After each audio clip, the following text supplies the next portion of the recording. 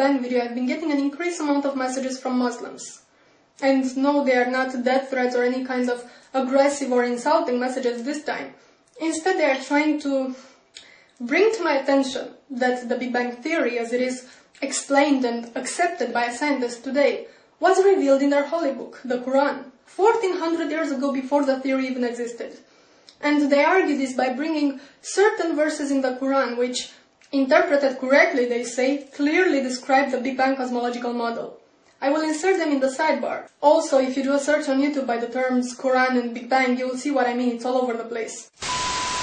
Now, I'm not gonna argue and dissect them simply because, well, one, my arguments would just basically say, yo, look, them verses have nothing to do with the Big Bang. To which the responses would be, oh yeah, they do. And this can go on forever.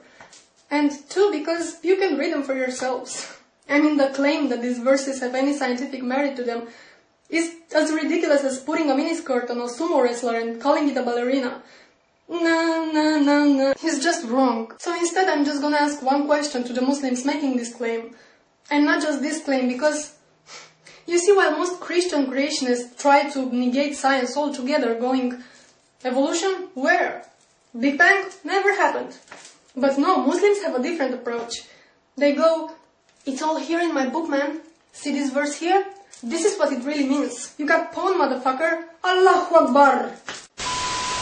So my question is this. If the Quran really predicted modern scientific theories, such as Big Bang and evolution, then why didn't you Muslims come up with those theories ages ago?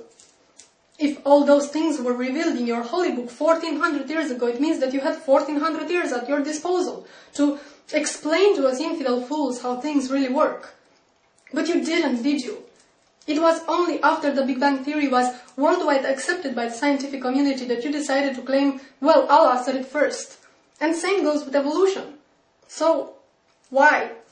I'm just asking.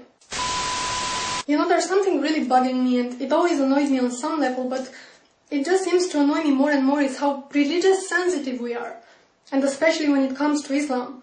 I'm sure you remember when Western Standard magazine published those cartoons, those Muhammad cartoons, that all hell went loose.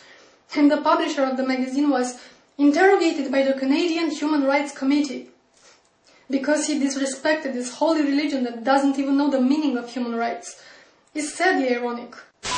And this wasn't an isolated case. The same thing happened to Maclean magazine, I think it was, in 2008. Or the movie Fitna, which got banned. And the filmmaker was prosecuted and investigated and banned from entering the UK. All this while he was under constant death threats from Muslim extremists who were offended that he portrayed Islam as being violent. Again, the irony. And what annoys me even more is the converts. The people who weren't indoctrinated into this religion from childhood, but grew up exposed to human rights values. For now to convert to Islam and come preach how wonderful and sciency and peaceful it is. The religion of peace that punishes apostasy with death.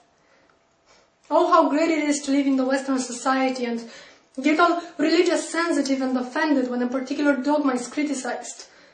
Do you know that 1/3 of the world doesn't even have religious freedom? And it's not a coincidence that those countries are so populated they account for almost 70% of the world population. Let me say this again. 70% of the world population doesn't have religious freedom. You will have to look at the calendar and see what year it is, and ask yourself, what the fuck?